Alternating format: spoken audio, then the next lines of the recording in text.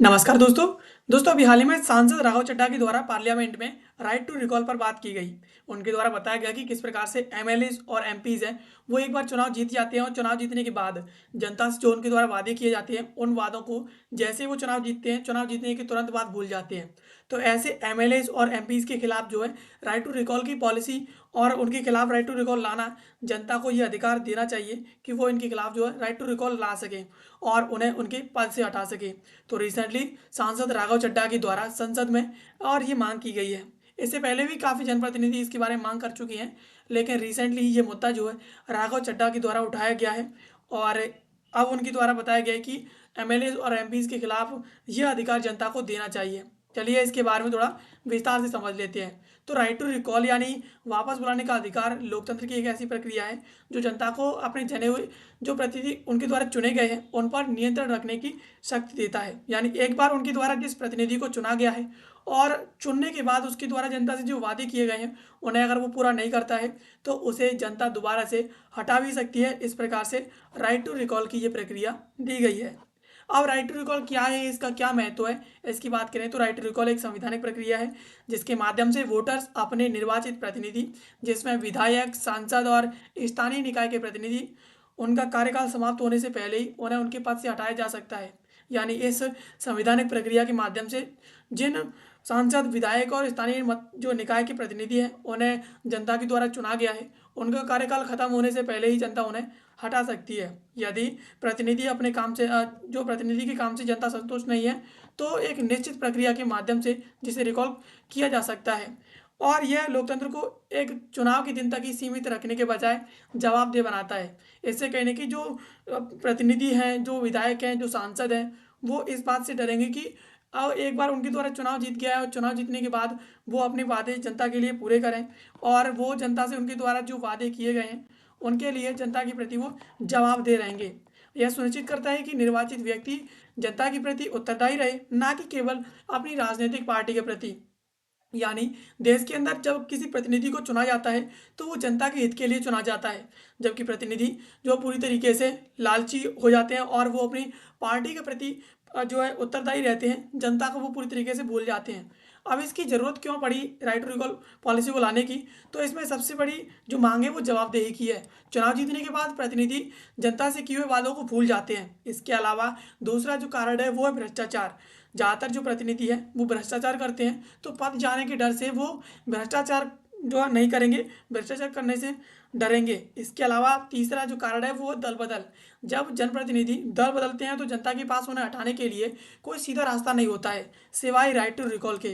Right to recall ही एक ऐसी जो है प्रक्रिया है जिसके माध्यम से उन्हें हटाया जा सकता है और जनता को ये अधिकार देती है कि वो किसी भी प्रतिनिधि को हटा सकती है।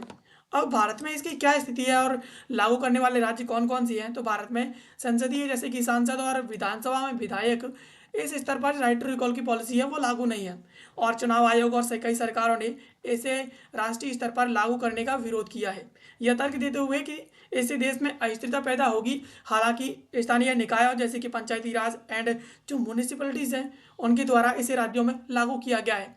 यानी सरकार के द्वारा और चुनाव आयोग के द्वारा जो राइट टू रिकॉल की पॉलिसी है वो पूरे देश में लागू करने से इसका विरोध किया है कि देश में अस्थिरता पैदा हो जाएगी, ऐसा नहीं करना चाहिए। लेकिन इसके बावजूद कई राज्यों के द्वारा इसे लागू किया गया है और इसमें मध्य प्रदेश ऐसा करने वाला पहला राज्य बना है जिसने स्थानीय चुनाव जो निकाय हैं उनमें इसे लागू किया है।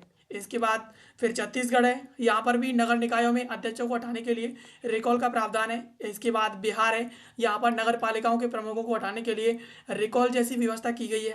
और फिर है राजस्थान, यहाँ पर भी पंचायती राज व्यवस्था में कुछ संशोधनों के साथ राइट टू रिकॉल की पॉलिसी को अपनाया गया है। इसके बाद आता है हरियाणा। हाल ही में 2020 में हरियाणा सरकार ने पंचायती राज संशोधन विधेयक पारित करके और इसी के तहत ग्राम की जो सरपंच है उनके खिलाफ राइट टू रिकॉल का अधिकार जो है ग्रामीणों को दिया है ताकि वो ग्रामीणों के प्रति जवाब दे रहें और उनसे किए गए वादों को पूरा कर सकें। इसके अलावा राइट टू रिकॉल किसके खिलाफ लाया जा सकता है? तो वर्तमान भारतीय कानून ढांचे और वैश्विक मानदंडों के अनुसार भारत में फिलहाल केवल यह स्थानीय स्वशासन के प्रतिनिधियों यानी सरपंच, ग्राम प्रधान, इसके अलावा जिला पंचायत सदस्य, पार्षद, मेयर आदि के खिलाफ प्रभावी है। और जिस प्रकार से मांग की जा रही है, उस मांग में सामाजिक कार्यकर्ता और कुछ राजनीतिक संगठन ये मांग करते रहे हैं कि इसे जो है विधायकों यानी एमएलए और इसके अलावा सांसदों यानी एमपीज के खिलाफ भी इसे लागू किया जाना चाहिए।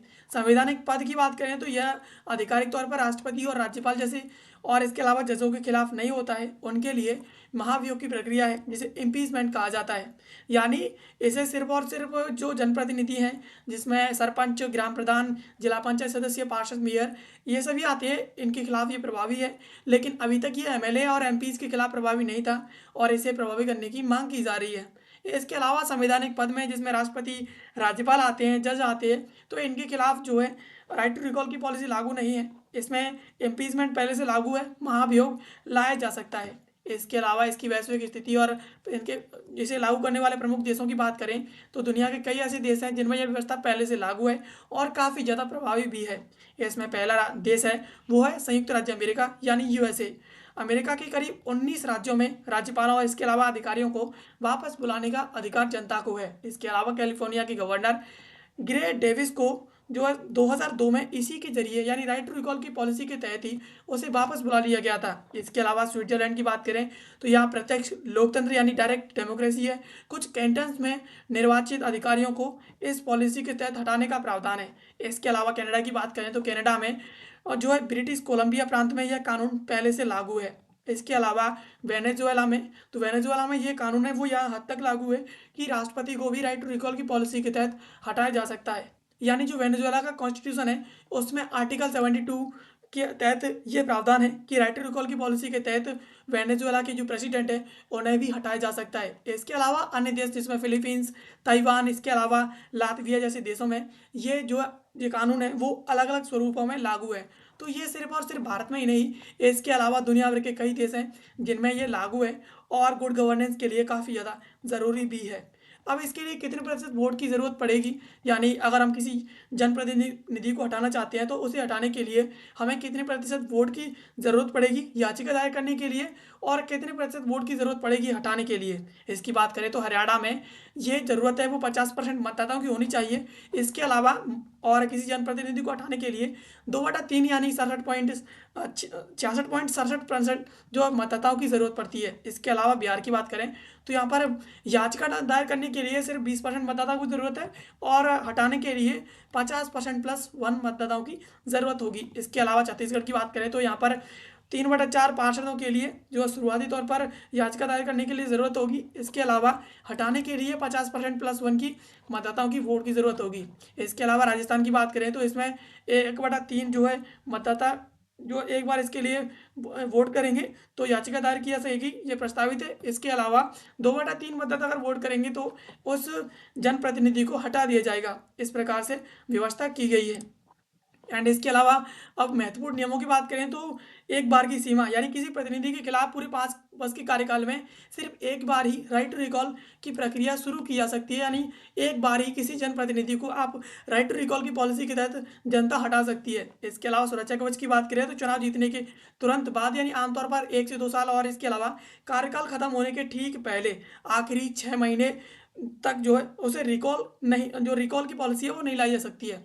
यानी अगर कोई जनप्रतिनिधि चुनाव जीतता है तो चुनाव जीतने के 1 से 2 साल तक राइट टू रिकॉल नहीं लाया जा सकता है और उसके अलावा उसका कार्यकाल खत्म होने से 6 महीने पहले राइट टू रिकॉल नहीं लाया जा सकता है। तो अगर जनता राइट टू रिकॉल लाना चाहती है तो वो 3 से 4 साल के कार्यकाल के अंदर जो है उसके खिलाफ जो राइट टू रिकॉल की पॉलिसी ला सकती है। इसके अलावा अंतर की बात करें तो ध्यान रहे अविश्वास प्रस्ताव है यानी नो कॉन्फिडेंस जो मोशन है वो जनप्रतिनिधियों के द्वारा लाया जाता है, जबकि जो राइट टू रिकॉल है वो सीधे जनता के यानी मतदाताओं के द्वारा लाया जाता है। यानी जो नो कॉन्फिडेंस मोशन है वो जनप्रतिनिधि लाते हैं जो जनता के द्वारा इलेक्ट करके कोई पार्लियामेंट में और कोई विधानसभा में बिठाए जाते हैं वो लाते हैं नो कॉन्फिडेंस मोशन। और इसके अलावा जो राइट टू रिकॉल है जो जनप्रतिनिधियों के खिलाफ लाया जाता है वो लाती है जनता। तो ये एक मेजर डिफरेंस है जो कि दोनों के बीच है। और वर्तमान में जो नो कॉन्फिडेंस मोशन है उसे लाने के लिए अभी जो भारत के अंदर जो लोकसभा के अध्यक्ष हैं उनके खिलाफ नो कॉन्फिडेंस मोशन लाने की तैयारी की जा रही है। तो इस प्रकार से उन्हें जो उनके पद से हटाया जा सकता है। तो इस प्रकार रिसेंटली सांसद राघव चड्ढा की द्वारा इस पर जो है पूरी तरीके से कमांड कसते हुए बताया सरकार को। एंड संसद में अपनी मांग रखी कि जिस प्रकार से जो एमएलएस एमपीज जनता से वादे करते हैं कि हम आपको ये कार्य करके देंगे, वो कार्य करके देंगे, और जैसे ही चुनाव जीत जाते हैं तो जनता को इनके पास जाने पड़ता है और इनके कार्यालयों के चक्कर काटने पड़ते हैं, उसके बावजूद जनता का काम नहीं होता है। तो जनता को यह अधिकार होना चाहिए कि वो राइट टू रिकॉल की पॉलिसी के तहत इन एमएलए एमपीज को इनके पद से हटा सके। तो रिसेंटली इस पर जो है अब चर्चा होना शुरू हो गई है। तो दोस्तों ये थी खबर जिसको आज के इस वीडियो हमने समझा। ऐसे वीडियोस के लिए आप हमें सब्सक्राइब कर लीजिए। मिलते हैं किसी अगले वीडियो में किसी नए और महत्वपूर्ण टॉपिक के साथ। तब तक के लिए आप सभी का बहुत बहुत धन्यवाद।